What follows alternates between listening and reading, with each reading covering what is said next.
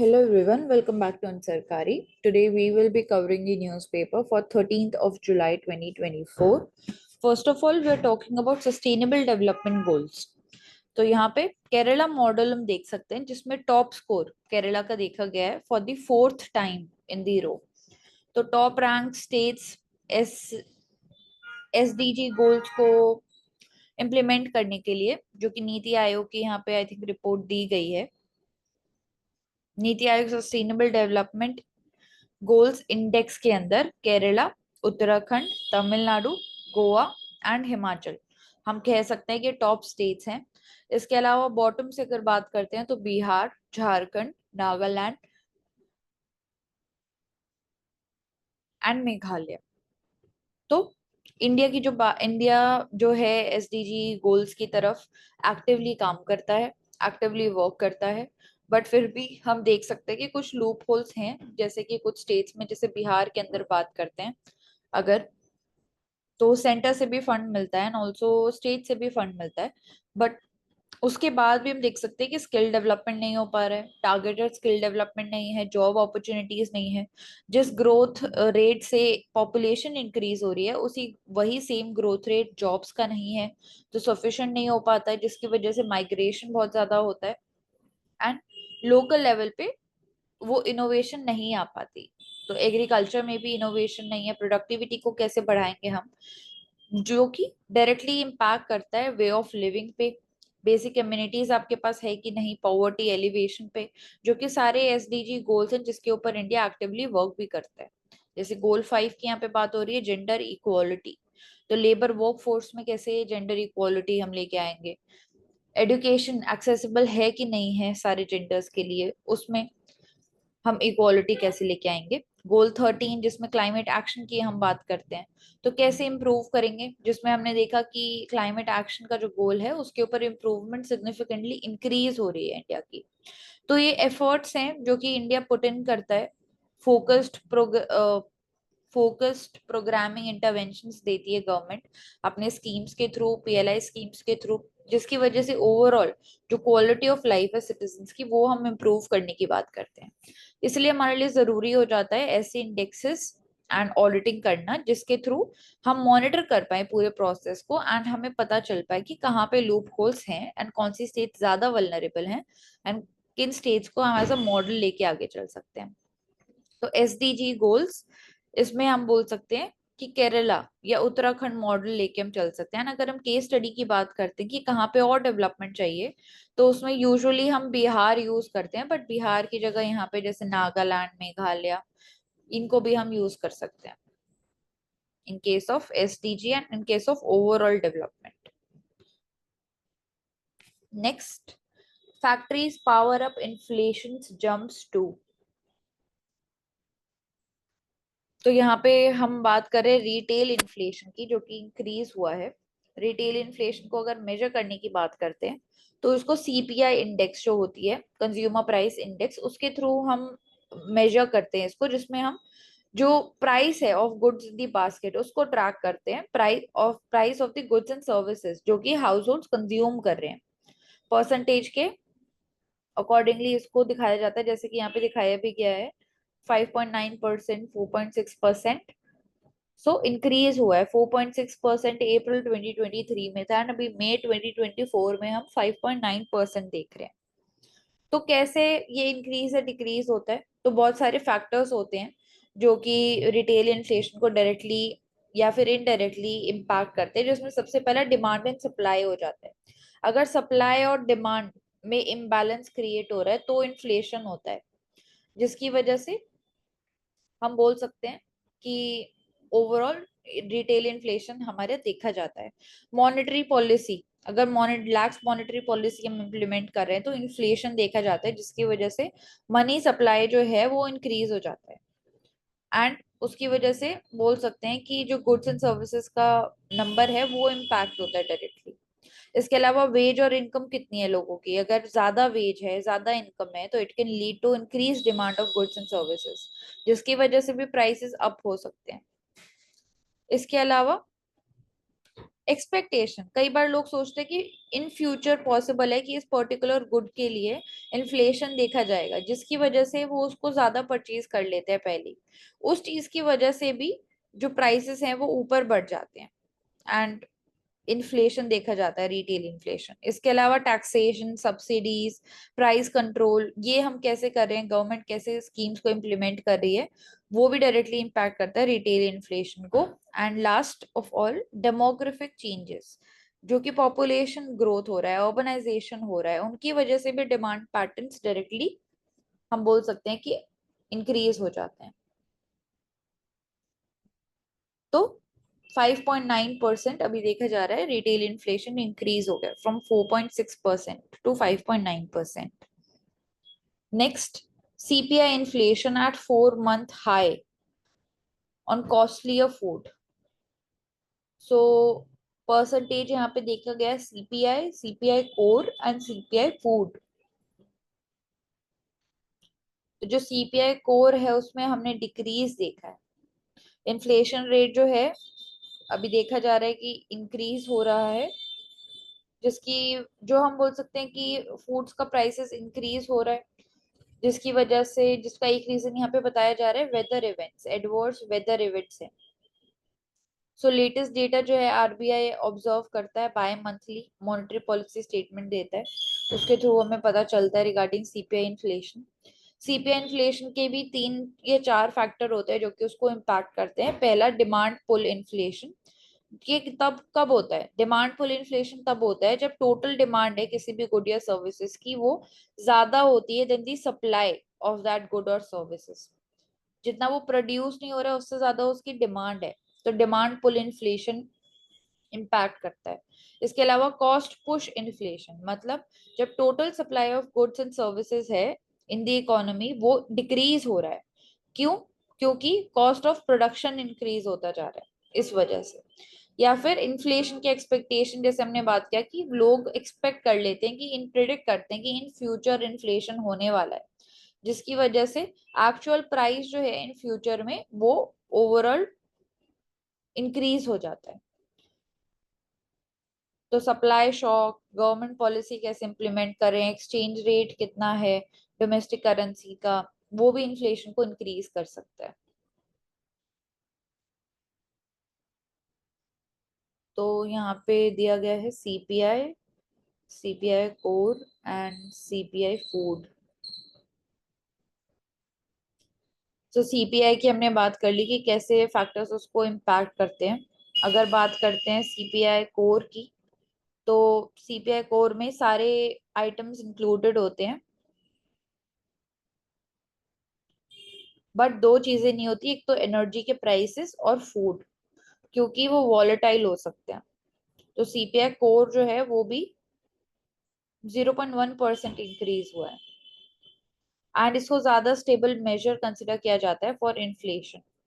CPI food की बात करते हैं तो एवरेज चेंजेस को प्रिडिक्ट कर मेजर करता है for the prices of food items. Food है तो फूड आइटम्स, कोर है तो उसमें फूड और एनर्जी इंक्लूडेड नहीं होता।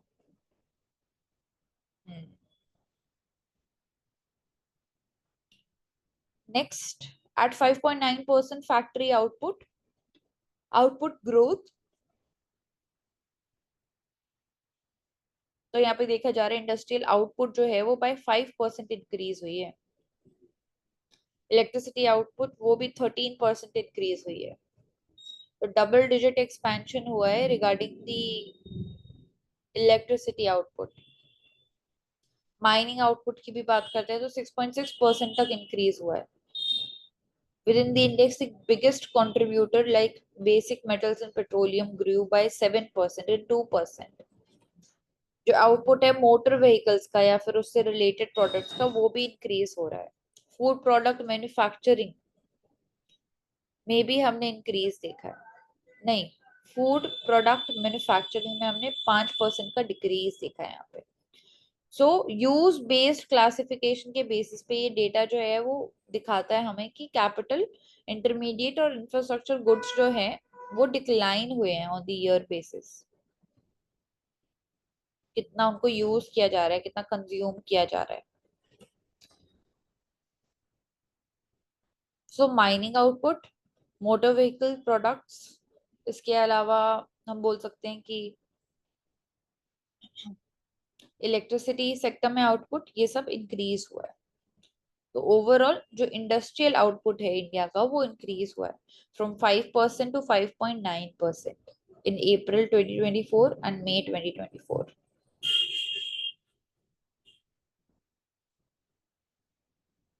Then next, capacity building before arbitration. So यहाँ पे बात हो रही है CCI की, that is Competition Commission of India.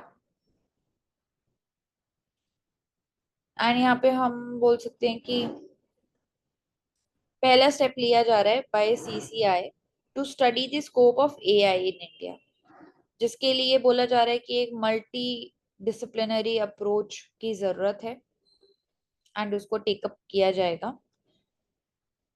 तो यहाँ पे जो CCI है, कंपटीशन कमीशन ऑफ इंडिया, उन्होंने बेसिकली एक मार्केट स्टडी स्टार्ट की है ताकि AI का जो इम्पैक्ट हो रहा है मार्केट के ऊपर, कंपटीशन के ऊपर और इनोवेशन के ऊपर डिफरेंट इंडस्ट्रीज के अंदर, उसको वो मेजर कर पाए या समझ पाए उसको। तो एम ये है। इसके अलावा कंपटीशन को लेके कंसर्न जो है, जो इश्यूज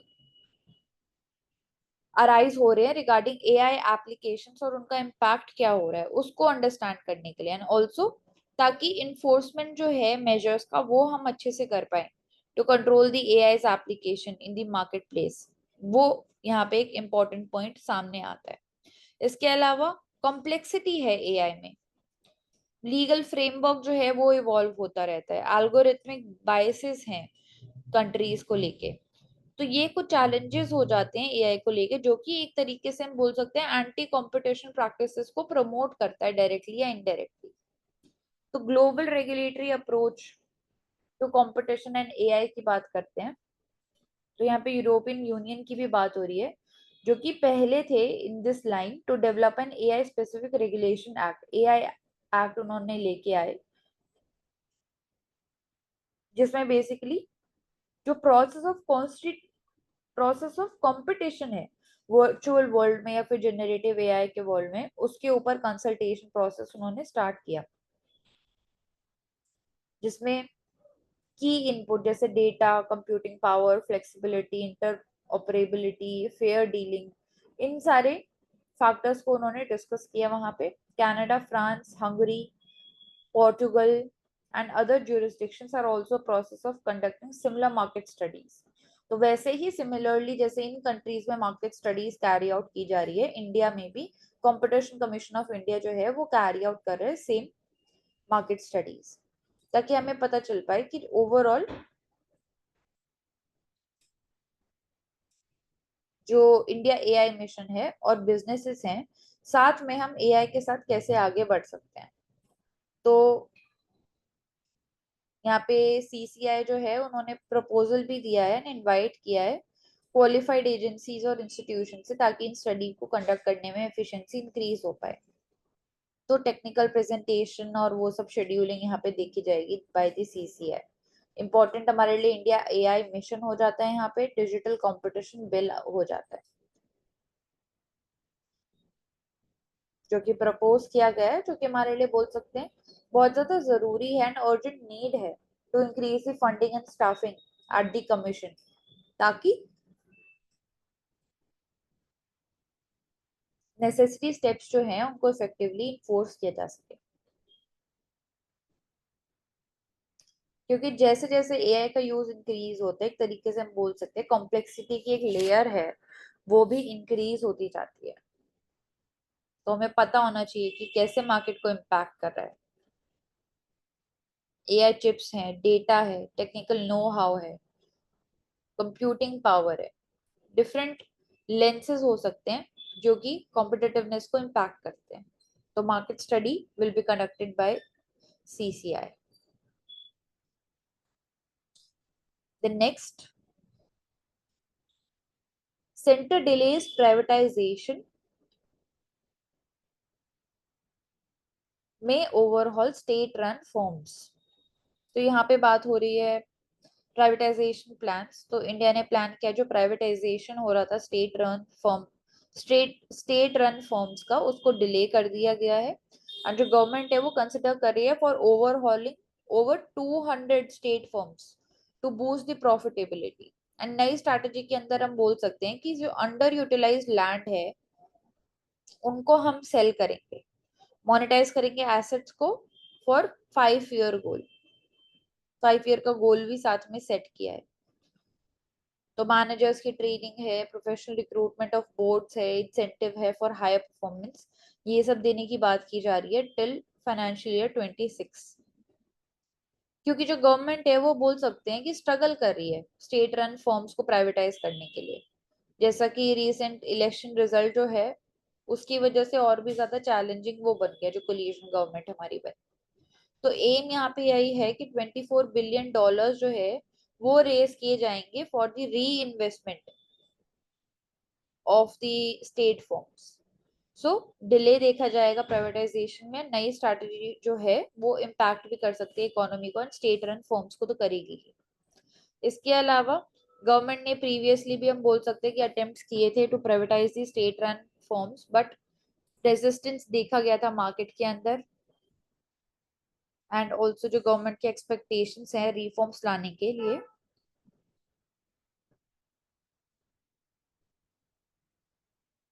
तो उसमें एक्सपेक्ट किया जाता है कि हायर प्रॉफिट या फिर हायर रिटर्न स्टेट को मिल पाएगा by the privatisation of the state run firms. So वही इसमें मेन बात हो रही है।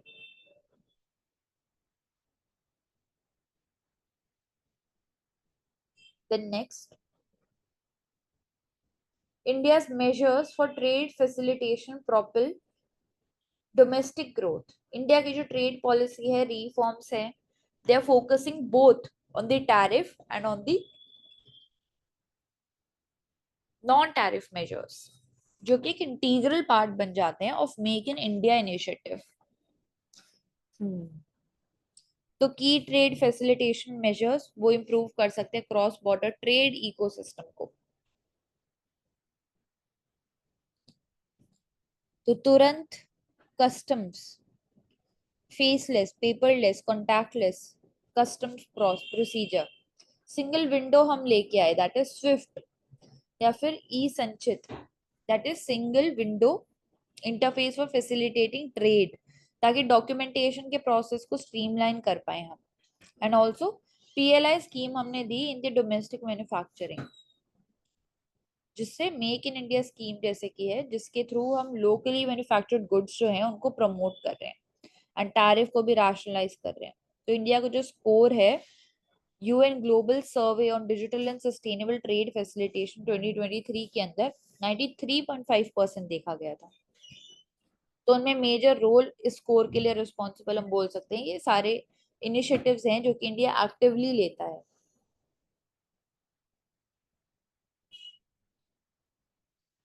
इंडिया का एम है to become the third largest economy by 2027 with a GDP target of $5 trillion। तो कैसे इंडिया डेवलप्ड कंट्री बन सकता है बाय 2047, उसमें इंपॉर्टेंट रोल प्ले करेंगे ये मेजर्स जो कि हम मेक इन इंडिया इनिशिएटिव के साथ ले रहे हैं, जैसे कि टैरिफ स्ट्रक्चर को रैशनलाइज करना, इम्प्लीमेंट करना strategic road map, duty slabs में शिफ्ट करना ताकि कॉम्पिटिटिवनेस जो है मार्केट में उसको हम इंक्रीज कर पाए। इसके अलावा डिटेल टैरिफ प्लान्स लेके आना for the upcoming PLI sectors, जैसे कि toys, furniture, bicycle, railway, locomotive हो जाता है। डिजिटल ट्रांसफॉर्मेशन करना, जैसे कि स्विफ्ट जैसे प्लेटफॉर्म के साथ हम कर भी रहे हैं, जिससे इजी हो जाता है कंप्लायंस एंड इंक्रीज भी होता है कंप्लायंस। लेजिस्लेटिव लिटिगेशन रेजोल्यूशन देना, कस्टम लॉज जो हैं वहां पे बहुत देखते हैं बहुत सारे डिस्प्यूट होते हैं, वो केसेस पेंडिंग ही रह जाते हैं, तो उस लिटिगेशन के प्रोसेस को हम बोल सकते हैं कि फास्टन अप करना।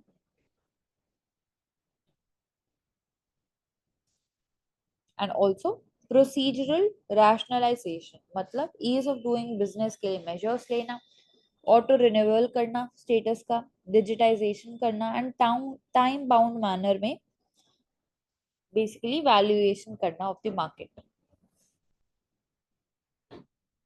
सो ये कुछ फैक्टर्स हैं इंडिया का। अगर बात करते हैं परफॉर्मेंस की, 2015 से लेकर 2023 में अगर कंपेयर करते हैं, ट्रांसपेरेंसी के केस में परफॉर्मेंस इंक्रीज हुई है, फॉर्मेलिटीज के अकॉर्डिंग भी हमारी इम्प्रूवमेंट देखी गई है, institutional and arrangement of corporation 44% से 100% देखा गया है, पेपरलेस ट्रेड भी इंक्रीज हुआ है and also cross border paperless trade भी इंक्रीज हुआ है, जिसमें इंपॉर्टेंट रोल यूपीआई का इंटीग्रेशन भी कर रहा है एंड वॉस्त्रो जैसे अकाउंट जो हम यूज करते हैं वो भी रोल प्ले करते हैं। Next next is regarding home and IT ministries power over the watchdog CERT In ownership. So basically, CERT-IN, that is the Computer Emergency Response Team, जो कि साइबर सिक्योरिटी के लिए एक मेजर वॉचडॉग है India के अंदर। तो उसके स्टेटस को लेके यहाँ पे होम मिनिस्ट्री और आईटी मिनिस्ट्री के अंदर बात हो रही है कि होम मिनिस्ट्री और आईटी मिनिस्ट्री जो है उनके बीच में डिस्प्यूट हो रहा है कि किसके पास ओनरशिप है ऑफ द CERT-IN। तो होम मिनिस्ट्री बोलती है कि वो उनके एम्बिट के अंदर आना चाहिए ताकि लॉ एनफोर्स कर पाए वो साइबर स्पेस में, और वो बिलीव करता है कि जो टेक्निकल एक्सपर्टीज है it will enhance the investigation capabilities अगर वो होम मिनिस्ट्री के अंदर आता है। तो एक डेडिकेटेड साइबर सिक्योरिटी एजेंसी को बना दिया जाएगा, I4C, that is Indian cyber crime coordination centre. But जो सर्ट इनकी जो ऑलरेडी एग्जिस्टिंग है बट होम मिनिस्ट्री के अंदर, बट जो CERT-IN है उसकी एक्सपर्टीज की वजह से I4C इनिशिएटिव जो है इस सेंटर को भी हम आगे बढ़ा पाएंगे।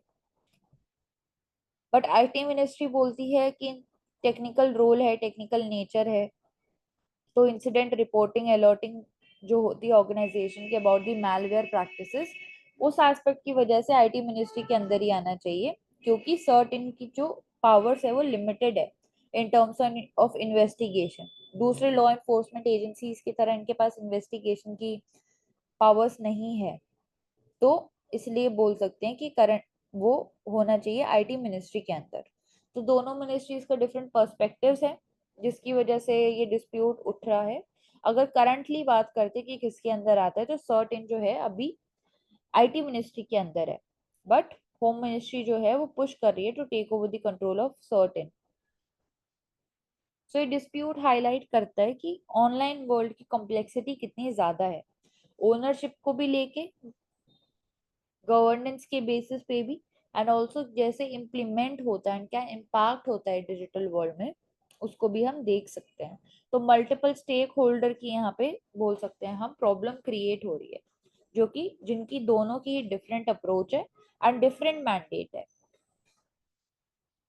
तो कैसे इसको डिसाइड किया जाएगा कि किसके अंदर, किसके एम्बिट के अंदर CERT-IN को लिया जाएगा।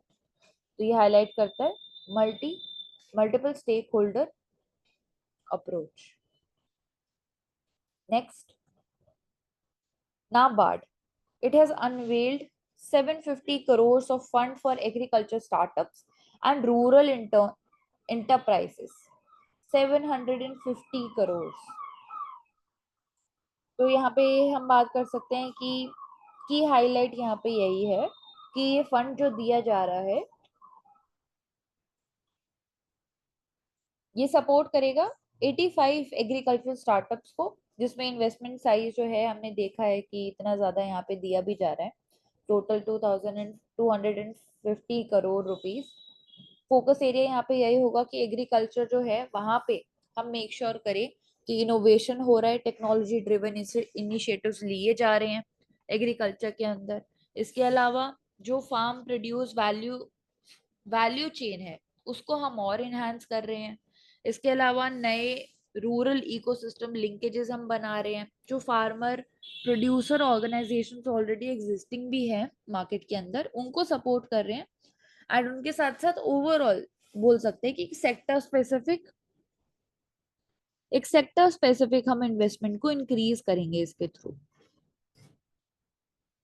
जो तो जो फंड है वो 10 साल तक ऑपरेट करेगा ऐसे ही। And AgriSure Greenathon 2024 जो नाबार्ड ने यहाँ पे लॉन्च किया था, वो भी इसीलिए है कि जो की प्रॉब्लम्स है जैसे स्मार्ट एग्रीकल्चर ऑन बजट कैसे हम आगे बढ़ाएंगे, turning agriculture waste into profitable business opportunity कैसे आगे बढ़ाएंगे, इसके साथ साथ टेक सोल्यूशन ताकि रीजेनरेटिव एग्रीकल्चर बना सकें हम। तो कीवर्ड यहाँ पे है कि smart agriculture on budget, making agriculture regenerative, ये हमारे लिए जरूरी हो जाता है यहाँ पे। कैसे हम इंक्रीज करेंगे इन चीजों को, ऑलरेडी एग्जिस्टिंग स्कीम्स भी है हमारे पास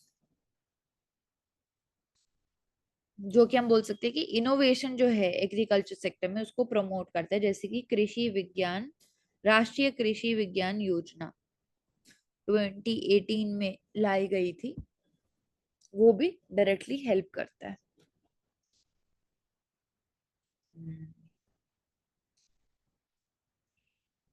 So NABARD, National Bank for Agriculture and Rural Development.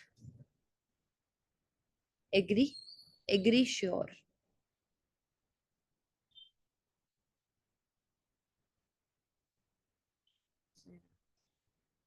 Next, financing कैसे बूस्ट करेंगे फॉर द ग्रीन प्रोजेक्ट्स।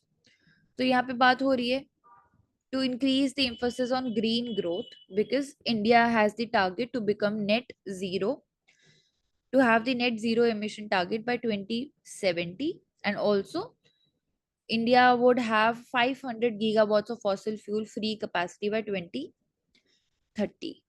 तो renewable energy capacity must be the focus and it becomes important कि इसके अंदर हम प्राइवेट इन्वेस्टमेंट को भी इंक्रीज करें, अफोर्डेबिलिटी को मेक श्योर करें एंड इंसेंटिव्स हम इस पे प्रोवाइड करें, जिसमें छोटे स्केल से लेके बड़े स्केल तक हम टारगेट्स को अचीव करने की यहाँ पे बात करते हैं। तो रेन्यूएबल एनर्जी के इंस्टॉलेशन के साथ साथ इंपॉर्टेंट हो जाता है यहाँ पे एनर्जी स्टोरेज सिस्टम्स, जिनकी एफिशिएंसी भी इंक्रीज होनी चाहिए, क्योंकि with the increase of temperature, with the climate impact of increasing impact of climate change, जो एफिशिएंसी है of the energy storage systems वो भी डायरेक्टली इम्पैक्ट होती है।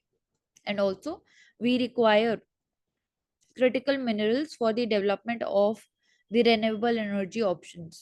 So उसके लिए भी important है कि new markets में हम tap करें, which India is already doing with Australia, with South Africa and also with Latin America. And also Kabil plays a very important role in tapping the critical minerals all around the world. So जो ambition है to become the self-reliant, it should be the major theme of the budget also. सो ये बड़ा M हर sector में हम बोल सकते हैं ये कॉन्सेप्ट रिफ्लेक्ट होना चाहिए, जिसके लिए short term and long term layered approach हमारे लिए जरूरी हो जाएगी। एमएसएमईज है, कार्बन फुटप्रिंट है, कितना कार्बन कंटेंट है, नेशनल हाइड्रोजन मिशन वो भी ग्रीन हाइड्रोजन बनाने की बात करता है ग्लोबली, कॉम्पिटिटिव कॉस्ट है, कार्बन फ्री प्रोडक्शन कैसे हम बढ़ा पाएंगे, सोलर पैनल्स हैं, विद द एयर पोल्यूशन जैसे कि इस पिक्चर में भी देखा जा रहा है जो डस्ट पार्टिकल्स है वो आ चुके हैं सोलर पैनल्स के ऊपर जो कि उनकी एफिशिएंसी को इम्पैक्ट करते हैं। तो ऑलरेडी एग्जिस्टिंग जो चैलेंजेस हैं हमारे ग्रीन रिन्यूएबल एनर्जी के शेयर को इंक्रीज करने के लिए वो भी यहाँ पे जरूरी हो जाते हैं एड्रेस करने। इसके साथ साथ इलेक्ट्रिक व्हीकल्स का अडॉप्शन हमने देखा है कि उसको हम इंक्रीज करने की बात करते हैं, जिसके लिए हम डिफरेंट स्कीम्स लेके आए हैं, जिसमें फेम 1, 2 और 3 प्रोग्राम्स हैं, that stands for faster adoption and manufacturing of electric vehicles. So important है हमारे लिए कि हम ग्रीन इंफ्रास्ट्रक्चर को बढ़ाएं एंड उसके लिए जैसे इलेक्ट्रिक व्हीकल्स को हम प्रमोट कर रहे हैं तो ऑलरेडी चार्जिंग इंफ्रास्ट्रक्चर भी हमारे पास हो ताकि हम उसको इफेक्टिवली आगे बढ़ा पाए।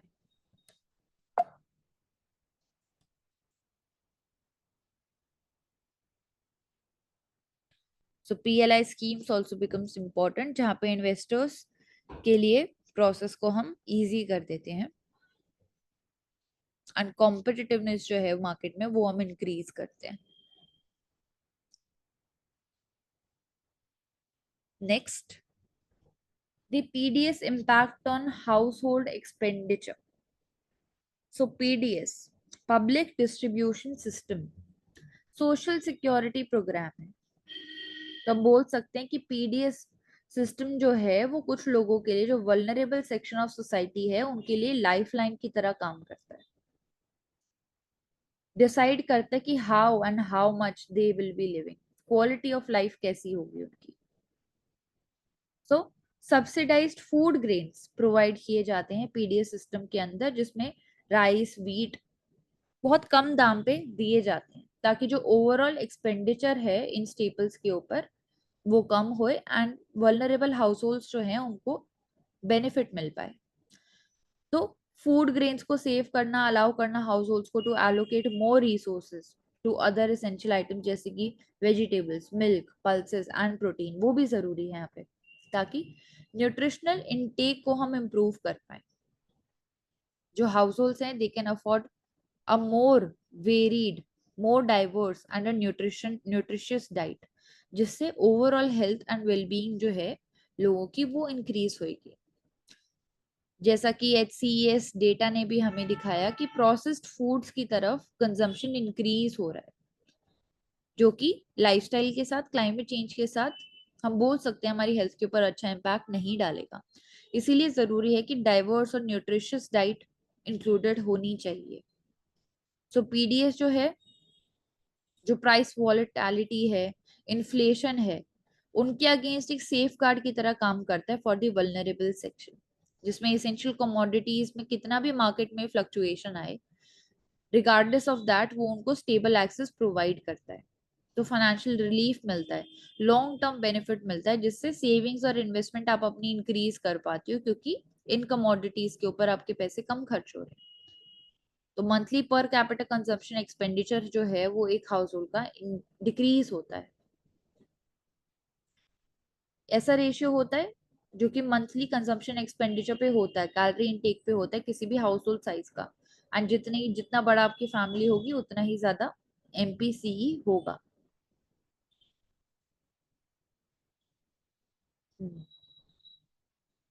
सो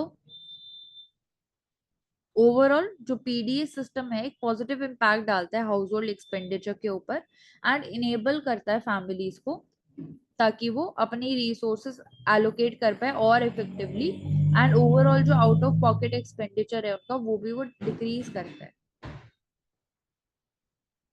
तो यहाँ पे रिपोर्ट्स की बात हो रही है और by house hold consumption expenditure survey and also by NSSO, जो कि इन्हीं मेट्रिक्स की बात कर रहा है कि monthly per capita consumption expenditure जो है एक हाउस होल्ड का कैसे इम्पैक्ट होता है, एंड ऑल्सो जो डिस्ट्रीब्यूशन है अर्बन एरियाज में एंड रूरल एरियाज में, कैसे वो इम्पैक्ट करता है the rural population and the urban population.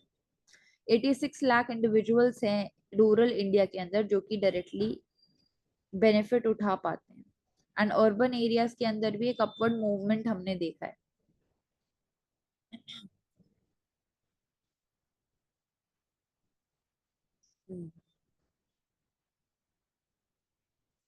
तो सोशल ट्रांसफर एक तरीके से बोल सकते हैं, जो हेल्प करते हैं हमें with the PDS system to increase the consumption of the poorer house holds.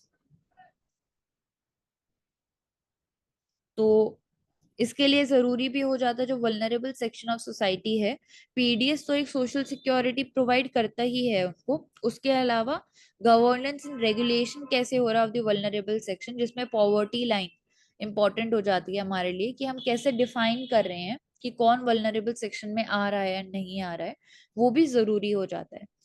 जो कि देखा जाता है इंडिया के अंदर एक सिंगल पॉवर्टी लाइन नहीं है, different states different poverty lines को कंसिडर करती हैं, the calculation method of the poverty, जिसमें तेंदुलकर कमेटी आ जाती है एंड ऑल्सो रंगराजन कमेटी आ जाती है। तो कौन सी कैलकुलेशन लाइन जो है ज्यादा सूटेबल है इंडिया के लिए, या तो हम वर्ल्ड बैंक, तेंदुलकर अलग कमिटी, तो डिफरेंट डिफरेंट लकड़ वाला कमिटी आ जाती है, तो किसको हमें कंसिडर करना चाहिए to measure the poverty in India.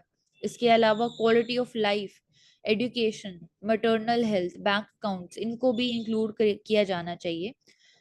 तो ये कुछ डिफरेंट एस्पेक्ट्स आ जाते हैं जो कि वल्नरेबल सेक्शन को डायरेक्टली इम्पैक्ट करते हैं। इसके अलावा जॉब अपॉर्चुनिटीज कितनी है, जिसपे हमने देखा था कि कंस्ट्रक्शन एंड मैन्युफैक्चरिंग जैसे सेक्टर्स में जो प्रोडक्टिविटी है लेबर की उसको हमें इंक्रीज करना चाहिए। तो हम बोल सकते हैं कि कोई भी चेंज आता है या कोई भी क्लाइमेट चेंज का भी इम्पैक्ट देखा जाता है तो फर्स्ट लाइन विक्टिम्स होते हैं दी वल्नरेबल सेक्शन ऑफ सोसाइटी, जिनके ऊपर सबसे ज्यादा इम्पैक्ट पड़ता है। तो इसीलिए हमारे लिए जरूरी हो जाता है कि वल्नरेबल सेक्शन को हम इंक्लूसिवली आगे बढ़े एंड उनको भी मेक श्योर करें कि वो इंक्लूडेड है हमारे सोशल सिक्योरिटी प्रोग्राम्स के अंदर। तो जो सोशल वेलफेयर स्पेंडिंग है उसको भी देखा जा रहा है कि गवर्नमेंट इंक्रीज कर रही है विद टाइम, वो भी एक पॉजिटिव स्टेप होगा रिगार्डिंग द वल्नरेबल सेक्शन।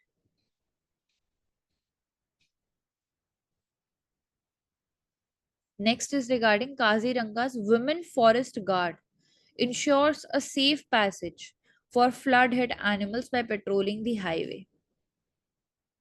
तो वन हॉर्न राइनो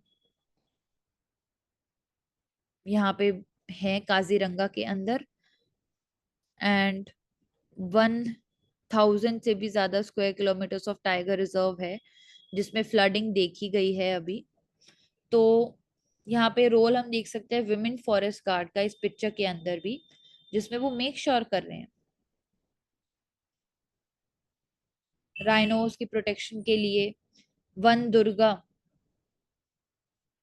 जो वुमेन गार्ड हैं उनको वन दुर्गा नाम दिया गया था by the prime minister Modi, जो कि इम्पोर्टेंट रोल प्ले करते हैं for special in the special rhino protection force.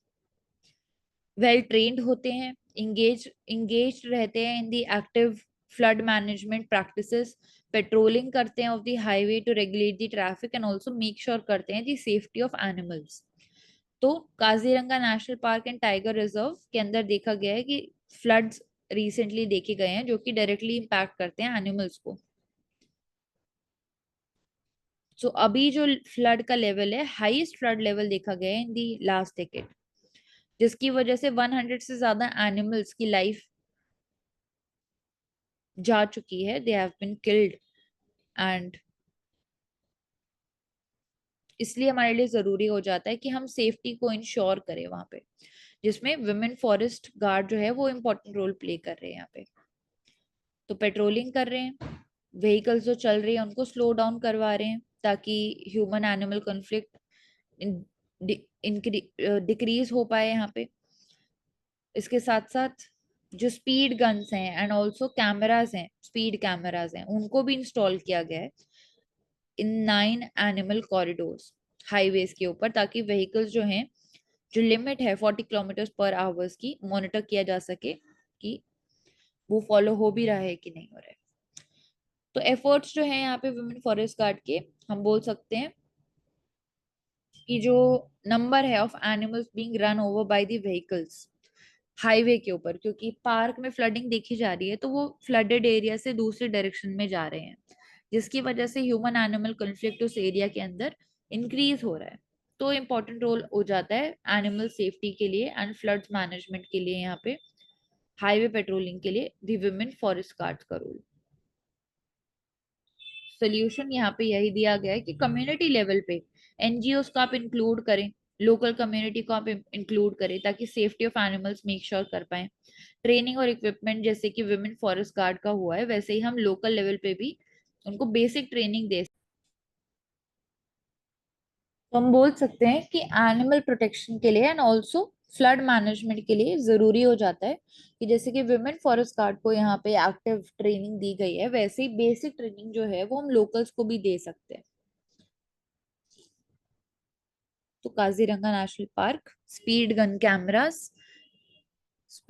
And cameras को इंस्टॉल किया गया है ताकि स्पीड लिमिट को हम कर पाए मॉनिटर। तो नेक्स्ट यहाँ पे हम बात करते हैं, तो नेक्स्ट यहाँ पे बात हो रही है regarding ED. ED can not make अरेस्ट्स under the PMLA act. Supreme court ने ऐसा जजमेंट दिया है ऑन दी पिटिशन जो कि अरविंद केजरीवाल जी ने दी थी। तो PMLA, prevention of money laundering act, तो यहाँ पे बोला जा रहा है कि ईडी के पास इन्वेस्टिगेशन और अरेस्ट की तो पावर्स होती ही हैं, बट रिस्ट्रिक्शंस के साथ होती हैं। सुप्रीम कोर्ट ने यहाँ पे रूल किया है कि ED can not arrest an accused under the prevention of money laundering act after a special court has taken cognizance of the complaint. तो अगर स्पेशल कोर्ट ने टेकअप कर लिया है the complaint, then the ED can not arrest the accused. उसके लिए उनको court के अप्रूवल की जरूरत होगी। अगर ईडी को कस्टडी चाहिए होगी of the accused, it will have to apply to the court and then only it can get the grant of custody, अगर जो कोर्ट है वो सेटिस्फाइड है विद द इंटेरोगेशन, नेसेसरी है भी कि नहीं है। तो आर्बिट्रेरी अरेस्ट जो है, सुप्रीम कोर्ट ने एम्फसाइज किया है, वो पावर नहीं है with ED and for the PMLA Act. So ED officers, they must consider all the material including exculpatory material अगर अरेस्ट करना है उससे पहले। एक्यूज जो है उनको अपीयर होना पड़ेगा कोर्ट के सामने, एंड उसके बाद ही हम बोल सकते हैं कि बेल कंडीशंस में, जिसमें हमने पहले भी बात की थी ट्विन कंडीशंस की, सेक्शन 45 जो पीएमएलए एक्ट है वो एप्लीकेबल नहीं है, जिसमें जो एक्यूज्ड है who appears before the court pursuant to summon are not required to apply for the bail, जो कि एक ट्विन कंडीशन इम्पोज करता है पीएमएलए के अंदर। तो ये यहाँ पे बोला जा रहा है कि रिस्ट्रिक्शन है ईडी के पावर्स पे for arresting any accused under the PMLA act. ED enforcement directorate की पावर्स की बात करते हैं, तो they have the power to investigate the offenses under the PMLA. They have the power to arrest, but जैसा कि हमने इस केस के अंदर देखा, it has the power to arrest, but with some restrictions. Search and seizure कर सकते हैं, assets को freeze कर सकते हैं, then जैसा कि यहाँ पे हाईलाइट किया गया, अरेस्ट में रिस्ट्रिक्शन है, कोर्ट का अप्रूवल पहले लेना पड़ेगा, सारे मटेरियल्स को कंसिडर करना पड़ेगा, एंड आर्बिट्रेरीली नहीं एक्ट कर सकते हैं वो, जिसकी वजह से मिसयूज जो है पावर्स का, वो हम बोल सकते हैं कि डिक्रीज होगा।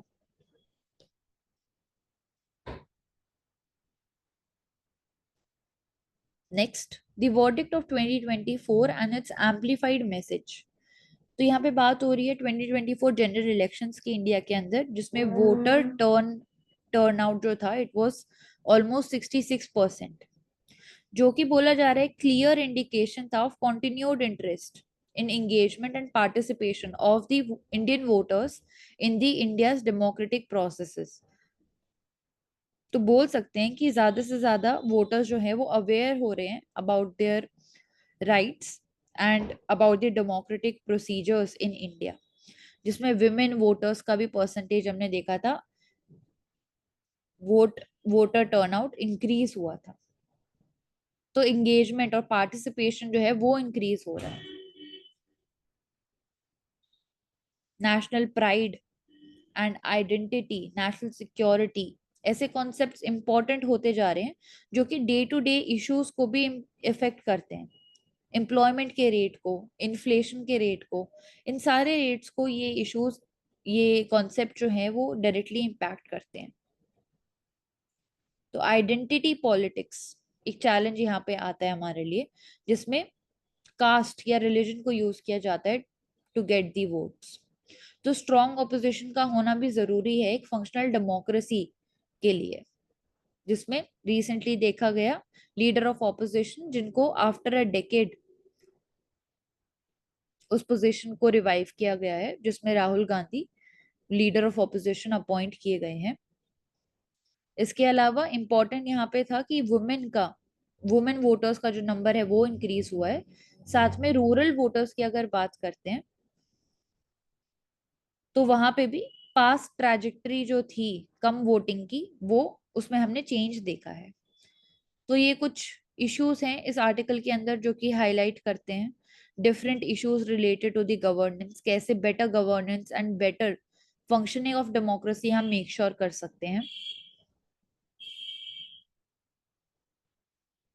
सो इलेक्शन आउटकम हम बोल सकते हैं कि एक तरीके से हमने देखा अवेयरनेस और एंथुसियाज्म इंडियन वोटर्स के अंदर।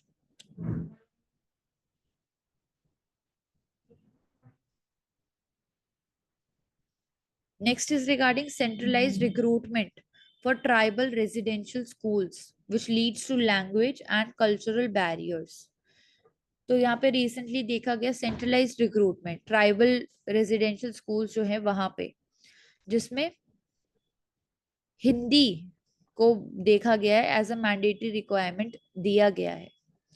तो लार्ज नंबर पे स्टाफ को रिक्रूट किया गया from the Hindi speaking states. Eklavya model of residential school जो है, जो कि साउथर्न स्टेट्स में यहाँ पे लोकेटेड है, तो उसके लिए प्रोटेस्ट किया जा रहा है कि वो एक तरीके से एक लैंग्वेज और कल्चर बैरियर बनाता जा रहा है सेंट्रलाइज्ड हायरिंग जो हो रही है।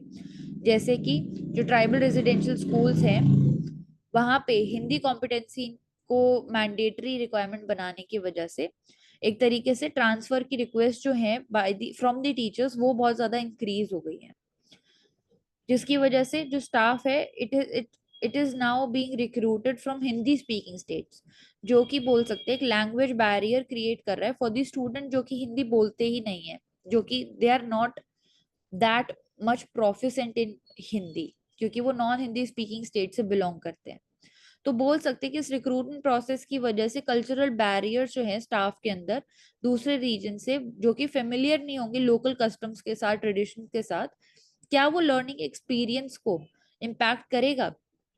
ट्राइबल एरियाज जहाँ पे लोकल कल्चर को हम प्रमोट करने की बात करते हैं जो कि इसेंशियल है उनके आइडेंटिटी के लिए, तो क्या उसको लर्निंग एक्सपीरियंस को ये cultural barriers and language barriers impact करेंगे। स्टूडेंट्स के ऊपर क्या इम्पैक्ट होगा, क्या कम्युनिकेशन में डिफिकल्टीज आएंगी विद द स्टाफ, लेसन्स को हम इफेक्टिवली अंडरस्टैंड कर पाएंगे कि नहीं कर पाएंगे, एंड लर्निंग के लिए एक वो फीलिंग कंफर्टेबल फीलिंग क्या उनको टीचर्स के साथ आ पाएगी। तो ओवरऑल जो एजुकेशनल एक्सपीरियंस एंड परफॉर्मेंस है क्या उसका नेगेटिव इम्पैक्ट देखा जाएगा। जो रिक्रूटमेंट यहाँ पे हो रही है from the Hindi speaking states and Hindi competency को जो मैंडेटरी रिक्वायरमेंट बनाया गया है, तो ये हाईलाइट भी करता है कि लोकल टीचर्स की भी नीड काफी ज्यादा है यहाँ पे जो ट्राइबल रेजिडेंशियल स्कूल्स हैं, ताकि एक मोर कंड्यूसिव लर्निंग एनवायरनमेंट बन पाए बच्चों के लिए। एंड ऑल्सो डिसेंट्रलाइज रिक्रूटमेंट, जिसमें लोकल रिक्रूटमेंट भी हो पाएगा, स्टाफ जो है वो लैंग्वेज और इन कल्चरल बैरियर्स को एड्रेस कर पाएगा। इसीलिए जरूरी है कि डाइवर्स रिक्रूटमेंट होनी चाहिए। ऑल्सो वर्नाकुलर एजुकेशन जिसको हम प्रायोरिटाइज करते हैं एंड ऑल्सो प्रमोट भी करते हैं नेटिव लैंग्वेजेस जो है, ताकि इजी हो पाता है बच्चों के लिए कम्युनिकेट करना एंड टॉपिक्स को अंडरस्टैंड करना। तो Eklavya model of residential schools जिसमें 400 एकलव्य स्कूल्स हैं ऑल अराउंड द कंट्री। तो हम बोल सकते हैं कि डिसेंट्रलाइज्ड अगर यहाँ पे रिक्रूटमेंट होगा तो वो डाइवर्सिटी प्रमोट कर पाएगा एंड ऑल्सो जो लैंग्वेज और कल्चरल बैरियर्स हैं उनको डिक्रीज कर पाएगा।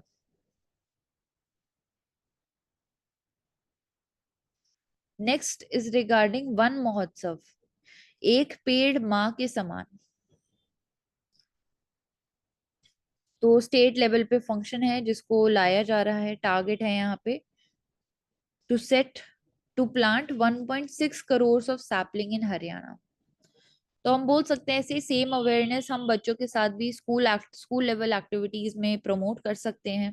एनजीओज और एसएचजीज का इंपॉर्टेंट रोल आ सकता है इसके अंदर to increase the tree cover. Open spaces जो ऑलरेडी अवेलेबल हैं रोड्स के साइड पे, जहाँ पे स्पेस ऑलरेडी अवेलेबल है वहां पे हम ट्रीज प्लांट कर सकते हैं एंड ऑल्सो उनको वाटर कर सकते हैं, टेक केयर कर सकते हैं उनकी। सो बोल सकते हैं ऐसे वन महोत्सव के अवसर पर ऐसे जो कैंपेनिंग होते हैं जैसे एक पेड़ माँ के नाम, जिसमें 1.6 करोड़ सैपलिंग्स को सिर्फ हरियाणा के अंदर ही प्लांट किया जा रहा है, वो हमारे लिए जरूरी हो जाता है। लाइफ मिशन यहाँ पे जरूरी हो जाता है जिसमें लाइफस्टाइल चेंजेस लाने की हम बात करते हैं, जो कि एक ग्राउंड लेवल से चेंज लेके आएगा कि कैसे हम परसीव करते हैं नेचर को, क्या हमारा ट्रीटमेंट है towards the resources that are available to us.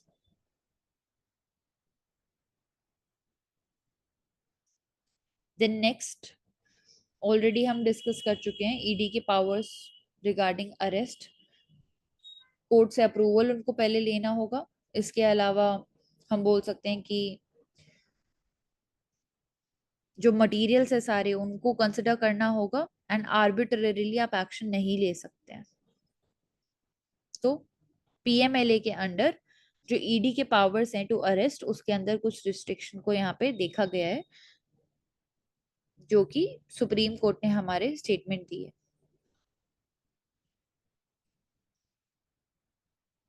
Then next अगर हम देखें यहाँ पे, next we are talking about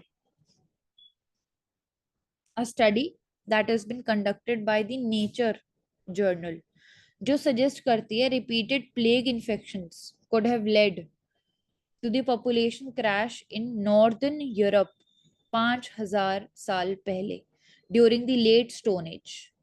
तो डीएनए को एनालाइज किया है यहाँ पे from the human remains in the Scandinavian and Danish burial sites, जिसमें तीन डिस्टिंक्ट वेव्स ऑफ प्लेग को आइडेंटिफाई किया गया है अप्रोक्सीमेटली 120 ईयर्स पहले।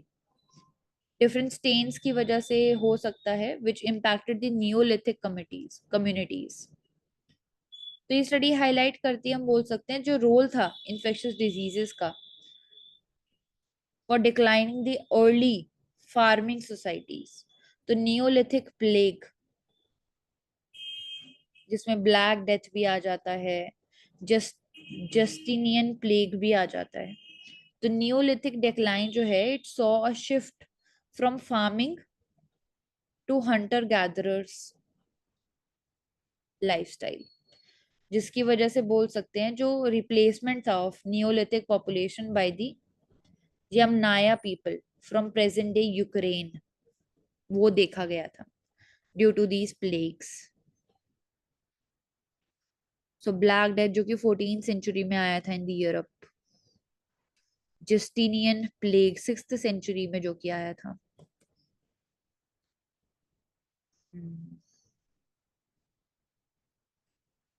सो नियोलिथिक,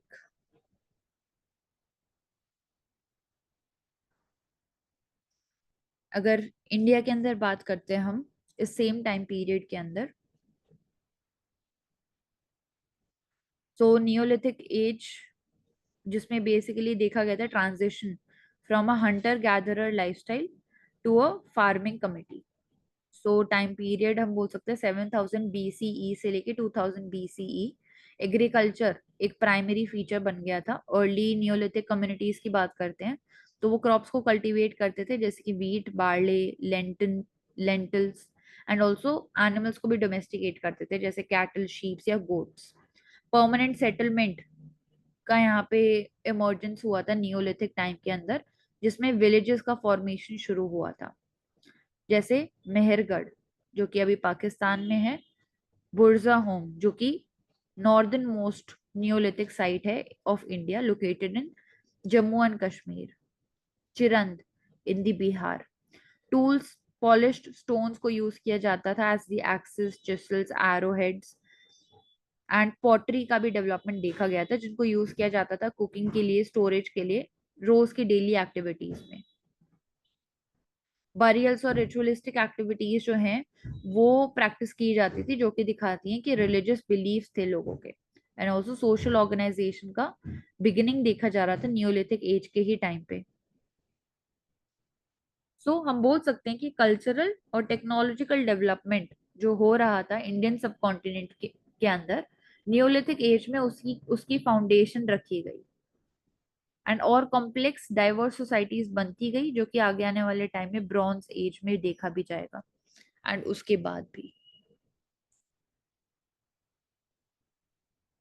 तो प्लेग्स ने यहाँ पे रोल देखा गया, जो शिफ्ट था of the society from hunter and gatherers to the farming community, उसको रिवर्स किया था कुछ टेम्परेली टाइम के लिए।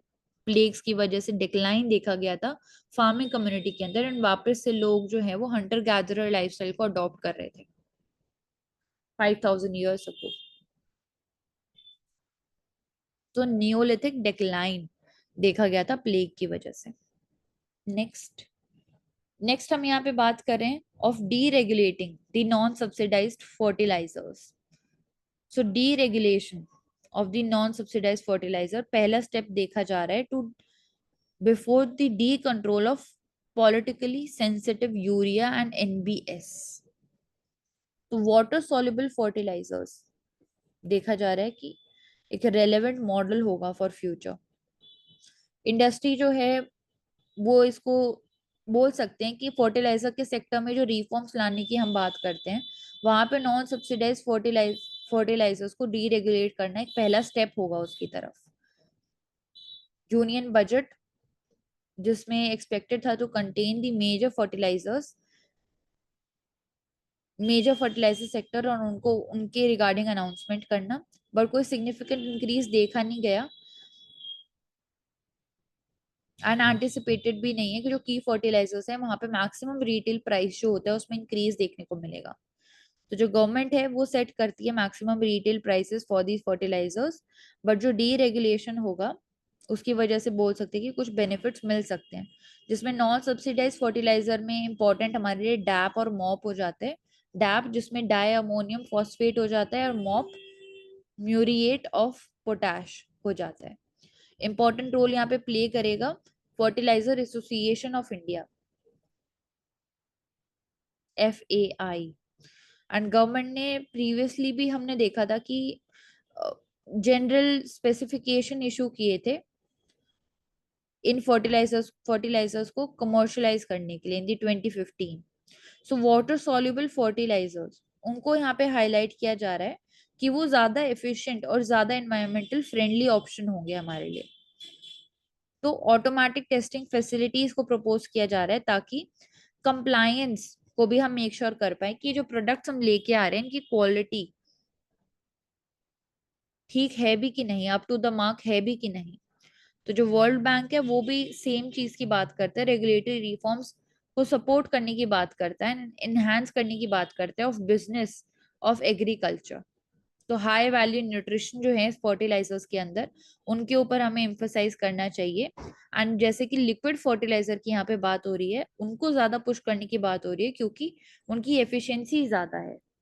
तो डीरेगुलेशन जो है वो यहाँ पे बोल सकते हैं हम कि एक मार्केट ओरिएंटेड अप्रोच या मार्केट ड्रिवन अप्रोच को प्रमोट कर रहा है, जिसकी वजह से एग्रीकल्चर की प्रोडक्टिविटी हम इंक्रीज कर पाएंगे और जो कॉस्ट है अफोर्डेबिलिटी है उसको मेक श्योर कर पाएंगे। तो वाटर सॉल्युबल फर्टिलाइजर्स को हम प्रमोट कर सकते हैं यहाँ पे।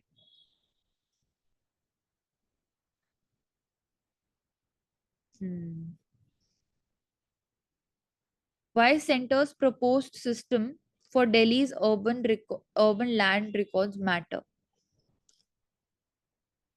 सो union housing and urban affair ministry जो कि लॉज लेके आए हैं जिसके अंदर अर्बन लैंड जो है एंड बिल्डिंग रिकॉर्ड्स जो है दिल्ली के अंदर उनको लाया जाएगा। Immovable property records authority important role play करेगी इसके अंदर। जो भी नोटिफाइड अर्बन एरिया है जियोग्राफिकल बाउंड्रीज के अंदर of the NCT of Delhi उनको कवर किया जाएगा इस अथॉरिटी के द्वारा। हम्म, क्योंकि जो लैंड है दिल्ली का it comes in the central subject under the article 320 239 A of the constitution. तो वो प्रपोज करता है law that will not fundamentally change कि कौन कंट्रोल कर रहा है लैंड पॉलिसी को in the capital. So currently कोई भी जो अर्बन लैंड है बिल्डिंग रिकॉर्ड्स है सिस्टम है वो नहीं है दिल्ली के अंदर। रूरल लैंड रिकॉर्ड्स को मेंटेन किया जाता है, रिफॉर्म्स एक्ट डिफरेंट एक्ट्स हैं हमारे पास उसके अंदर, बट अर्बन एरिया के अर्बन लैंड के लिए ऐसा कोई हमारे पास एक्ट नहीं है जिसके अंदर इसको कंसिडर किया जा रहा है। इसीलिए जरूरी हो जाता है अर्बन एरिया को भी कंसिडर करना। तो रिकॉर्ड ऑफ राइट्स जो कि एक लीगल डॉक्यूमेंट होता है जिसमें इंफॉर्मेशन होती है बेसिकली कि विलेज में कितना ये कौन सा लैंड किसकी ओनरशिप के अंडर है। तो वैसा ही सेम हम बोल सकते हैं कि अर्बन एरियाज में भी लाने की बात हो रही है यहाँ पे। तो एक्विजिशन ऑफ लैंड जो है कैसे हो रहा था जो कि न्यू दिल्ली में हमने 1911 से ही देखा है by the British. So Delhi Development Authority and also urban land and immovable property record authority, वो यहाँ पे इंपॉर्टेंट रोल प्ले करेंगे. एंड प्रोविजंस लाने की बात की है, जो right of record of rights urban areas के लिए है वहां पे, जिसमें लैंड, बिल्डिंग, डिफरेंट अपार्टमेंट्स, इन सबको हम इंक्लूड करेंगे. तो इंक्वायरी अगर कर रहे हैं प्रॉपर्टी राइट्स के बारे में, उसमें हमें हेल्प करेगा. पेनल्टीज अगर इम्पोज कर रहे हैं for concealment of the information, वो स्टेप्स लिए जाएंगे. एंड ऑल्सो जो भी गवर्नमेंट की लीसेस हैं, टेनेंट्स हैं, उनके जो नेम्स है वो भी हम आइडेंटिफाई कर पाएंगे, क्या उनका नेचर है, कितने इंटरेस्ट दिया जा रहा है, कितना लाइबिलिटीज है. तो उस एस्पेक्ट में भी हम सिग्निफिकेंटली हाईलाइट कर पाएंगे with the rights of record in the urban areas also. So NITI Aayog की भी ये रिपोर्ट है regarding the urban planning capacity in India, जिसने बोला कि यूजेबल मैप्स जो है for the major cities they do not exist with the functionaries और इन द पब्लिक डोमेन. तो इसलिए इंपॉर्टेंट हो जाता है कि अर्बन प्लानिंग में भी एक इंपॉर्टेंट रोल प्ले करेगा. गवर्नेंस हम और अच्छे से मेक श्योर कर पाएंगे कि जो गवर्नेंस है वो इन्फोर्स हो रही है, चीजें इन्फोर्स हो रही हैं. एंड ऑल्सो डेटा जो है वो गवर्नमेंट के पास अवेलेबल होगा. So digital urban land record system का क्रिएशन यहाँ पे होने वाला है regarding the Delhi's urban land. So that will also play an important role in planned urbanization. And जो sprawling होती है around the major cities, उसको भी हम टैकल कर पाएंगे.